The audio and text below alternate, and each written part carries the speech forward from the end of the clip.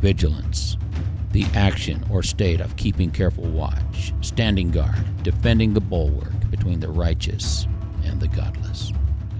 Welcome back. This is the final installment of a 4-part series on the Syrian Refugee Crisis. Now, in part 1, I talked about the Syrian refugee program, some of the concerns, some of the issues, just tried to get everybody kind of on the same page a little bit. In the second segment, I spoke with Jan Reeves of the Idaho Office of Refugees.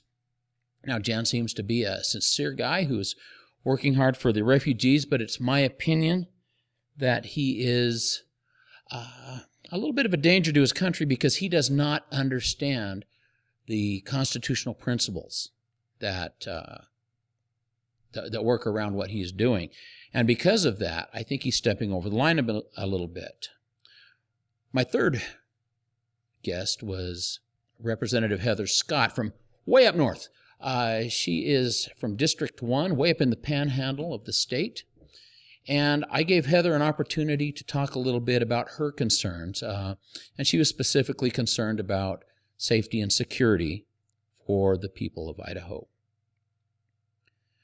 Now, as we went through this, I found that both sides of the argument had some pretty good points to make, and I don't think that we can discount either one. And in short, they came down to two things, really. First of all, there was the issue of safety and security versus the need for humanitarian relief for people that have been victims of this Syrian war. And like I said, I think both of those make good points. The other issue really came down to who are these people and who gets to decide who will be coming into our state. Again, a good issue and something that we should be discussing. And the question is, who is coming? So let's start right there. Now, President Obama, he tells us that there are no problems. We can vet all of these people. We can make sure that they are safe and that they represent no hazard to the American people before we let them into our state. Well, if that's the case, well, okay, maybe.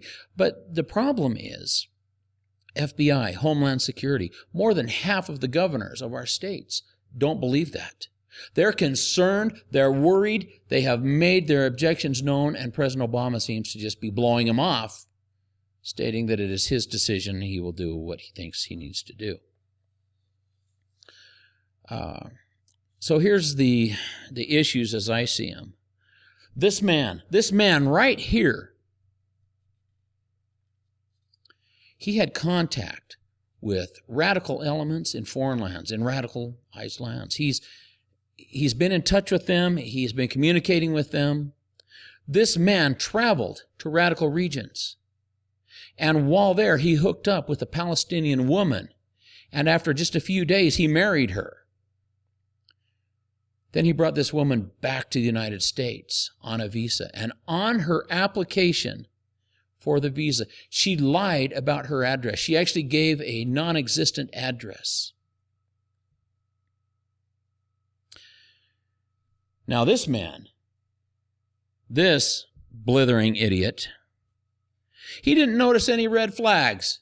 He doesn't see a problem. He said, hey, we checked them out. They're safe. Let's bring them in. No problem. Right? Well, maybe so. But if you would, take a look at these 14 people. They are our American brothers and sisters. They died at the hands of the man and woman that I just discussed.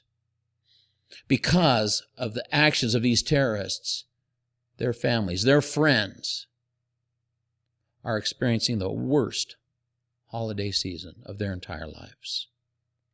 Without answers, because there's no rational answer for this kind of insanity. These are our brothers and sisters. They must come first.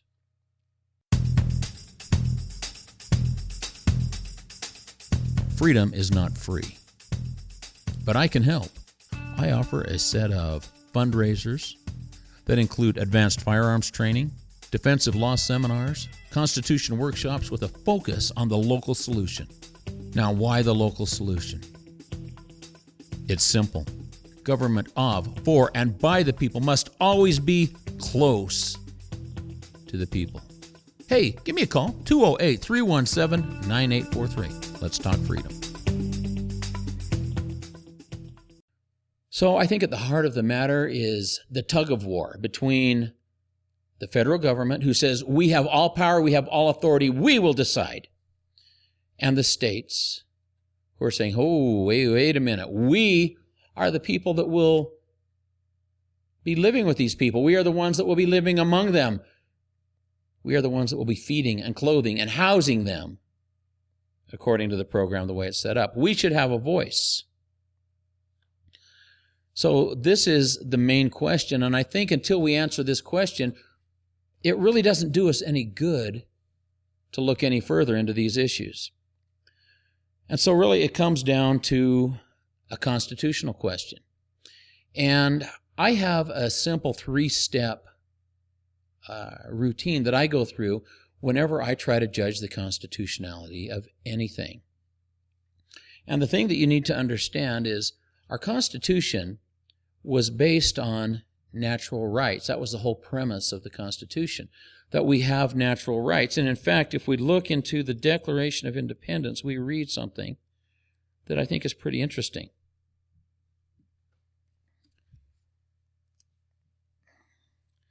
The great Thomas Jefferson wrote these words. He said, "We hold these truths to be self-evident, that all men are created equal and that they are endowed by their Creator with certain unalienable rights, that among these are life, liberty, and the pursuit of happiness." Now, these are not all of the rights. It just says among these rights, there is life, liberty, and the pursuit of happiness. Additional natural rights are addressed in the Bill of Rights. The First Amendment, for example, says that we have the right to believe, to speak, to publish, to print, and to say the things that we believe are true and right and correct, that we have the right to worship Almighty God according to the dictates of our own conscience. The Second Amendment clearly states that we have the right of self-defense, that we can defend ourselves, our families, our homes, our property, and that right is ours. And now there's one other thing that is very interesting in the Declaration of Independence. And after it lists the rights of life, liberty, and the pursuit of happiness, it states that to secure these rights, governments are instituted among men, deriving their just powers from the consent of the governed. To secure these rights is the reason that governments are instituted. To secure the natural rights of man, to secure our life, our liberty, our happiness, our property, our religion, our speech, and the right to protect and defend those things that are ours. These are natural rights that are defended and protected by the United States government, or that are supposed to be defended and protected. And so the first thing that we have to look at when we look at any issue, like the Syrian refugee crisis, is government protecting the natural rights of its citizens, or is it doing something else? Now, if it is venturing outside of the very limited space of protecting the natural rights of its people, it ventures too far, it goes too far, it assumes too much. It is abuse and usurpation of power. Now, there's something else that I consider when I examine the constitutionality of something. And that is, I always look for something that's called legal plunder. Now, legal plunder has been well documented, but most people don't know anything about it. The simplest explanation is that legal plunder occurs when the government takes from one person something that person has, that he has earned, that he has a right to, and gives it to another person who has no right to that thing. Now, legal plunder is very, very, very easy to identify. I'm going to give you an example. Here in my own community, I am ashamed to say that most of the farmers, in fact, probably even all of the farmers, abuse the constitutional violation of legal plunder. You see, they, in exchange for not doing anything at all with their land, the federal government will take money from me and from you and give it to them. Now, you can identify legal plunder with 100% certainty. You can always know when it exists. And it's just this simple. You ask yourself, can the person who is receiving money or support through a government program go to his neighbors, door to door, across his town, across his state, across the country, and take by force and without compensation money from everyone he runs into in order to fund his program, whether it be a farm subsidy or welfare or what have you? And if the answer is no, he cannot do that without breaking a law, then the law is still being violated when the government does it as an agent of that person. So, again, back to the farm subsidy example. Can my neighbors who receive farm subsidies go door to door across this town, across this county, across this state, across this nation, and with force everyone to give them money so that they can fund their own farm subsidy? If they can do that without breaking a law, then the government can do that for them. But if they cannot, then legal plunder exists. And you know as well as I that if my farmer neighbor showed up at your house and took money out of your pocket without your consent and without compensation, you would consider him a thief and you would probably take legal action. So now we return to the Syrian issue. And the first question is this: is the government doing that which it was instituted to do? In other words, protecting the natural rights of the people. And in this case, the answer is absolutely not. The foreign government is taking money from me and from you in order to protect the natural rights of foreign people. That next question is the question of legal plunder. Can a foreign national come to this land? Can a Syrian come here and then begin his march across the state and forcefully take from everyone he runs into without breaking the law? He cannot. The law will be broken, therefore the law is being broken and the Constitution is being violated. So the first thing I look at, remember I said it's a three-part process. The first thing is I look to natural rights. The government is not looking out after our natural rights, and the government is violating our natural rights because we have a natural right to property, to keep it, to hold it, and to dispose of it as we choose. The government has no right to take that from us. Then I turn to the Constitution of the United States, and I do this primarily just to double check myself, because in this situation we have already determined that natural rights are being broken by the government, and again by the Syrian refugees who come and have everything paid for them. You see, when they come here, the federal government pays for their transportation, pays for their housing, and when they show up, the federal government hooks them up with every socialist program we have. They get their food stamps and free housing and everything that the federal government has to give. And in fact, because they are hand-carried through the program, in many cases they get more than our own citizens receive. So the next thing, like I said, step 2 is to turn to the Constitution. Article 1, Section 8. It's fairly short. It's only about 400 words. It starts up here and goes down to here. Every American citizen has an obligation to understand what is in Article 1, Section 8, because that is how we do our duty and restrain our government, making sure that they do not exceed those powers which are enumerated in the Constitution. So we turn to this Constitution and we read through. Is there anything here that gives them right over immigrants, over refugees, over any kind of humanitarian efforts? None at all. There is nothing there. Nothing is there. And so this is not a federal issue. So not only are they violating the Constitution, not only are they violating your enumerated rights, but they're violating the sovereignty of the states, apparently, because if we look to the Bill of Rights, the 10th Amendment, it states,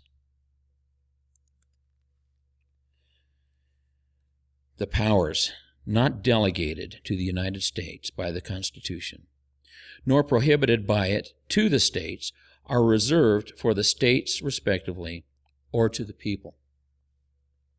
And so this says that because there is no authority given to manage refugee and immigration, that power turns to the states or the people. But actually, before I move on with this, let me back up for just a second because I forgot something that's important. One of the things that you will see a lot is people will state, well, if there is a law that exists that allows the federal government to do something, then the Supremacy Clause kicks in and it becomes constitutional. Well, that is not true. The Supremacy Clause reads, this is Article 6, Clause 2, the Constitution and the laws of the United States, which are made in pursuance thereof, and treaties made, or which shall be made, under the authority of the United States, shall be the supreme law of the land. Then it goes on to say that everyone is obligated to follow those laws which are made, what did it say? In pursuance thereof. So the only laws that the federal government can cling to and say, the Supremacy Clause gives us the right to manage this program, as they are doing right now with regard to the Syrian refugee issue. They're saying that there's already been laws written and passed. We don't care. We do not care, because Mulberry versus Madison, a Supreme Court decision, states very clearly that any law which is repugnant to the Constitution, meaning that it was not passed in pursuance to constitutional principles, is void. That's what the Supreme Court says. Thomas Jefferson, he said that any law that is not constitutional must be nullified by the states, that the states have a duty to make sure that that law is never enforced inside the boundaries of those states. James Madison, he stated very clearly, he said that the states have an obligation to interpose themselves between an unconstitutional federal law and the people of the state to make sure that those people are never negatively affected by an unconstitutional law. So we have the author of the Declaration of Independence, we have the primary author of the Constitution, and we have the Supreme Court all saying the same thing. The Supremacy Clause does not apply. So now let's go back to the issue of do the states have power? Remember, the 10th Amendment says that if the power is not specifically given in the Constitution, that it is reserved for the states or the people. So we can look to see if the states have any authority over managing this refugee crisis. Well, as the refugee crisis is set up now, the answer must be no. And why? Because governments were instituted to protect and preserve the natural rights of its citizens. So the way the refugee program is set up now, it is not protecting the natural rights of, in my case, Idahoans, but is it protecting the natural rights of foreigners. And so it violates that precept. Secondly, there is still the issue of legal plunder, which would apply in the states. So the simple truth of the matter is, this is not an issue for the states. They have no business in it at all. None. So then, what do we do? How do we help? And the answer is very simple. You know, I talked earlier in one of the earlier segments about my Danish great-grandfather who came across and how he came and the struggles to become an American. This is how our immigration program was supposed to work. And in those times, some of you will have family members who came across with the assistance of other family who had come before, or friends, or whatever. You see, this is not an issue for the federal government. It's not an issue for the state government. It is not an issue for local government, because it is all constitutionally prohibited. It is an issue for the people. And so if there's a Syrian family that you would like to sponsor and bring to the United States, bring them. That is your right as a citizen of the United States. You can sponsor them and bring them here. The same thing is true with churches and charities and other organizations. They can bring them here. This is how the program is supposed to work, because only the people have the power to do so. Any other governmental activity is prohibited. Our greatest need today is for the people of the United States to understand the simple principles and the three-step process that I have just walked you through with regard to constitutionality. It is your duty to understand these things, to enforce these things, to make sure that freedom is preserved, not only for ourselves, but for future generations. I'm Lance Earle. I'll see you soon.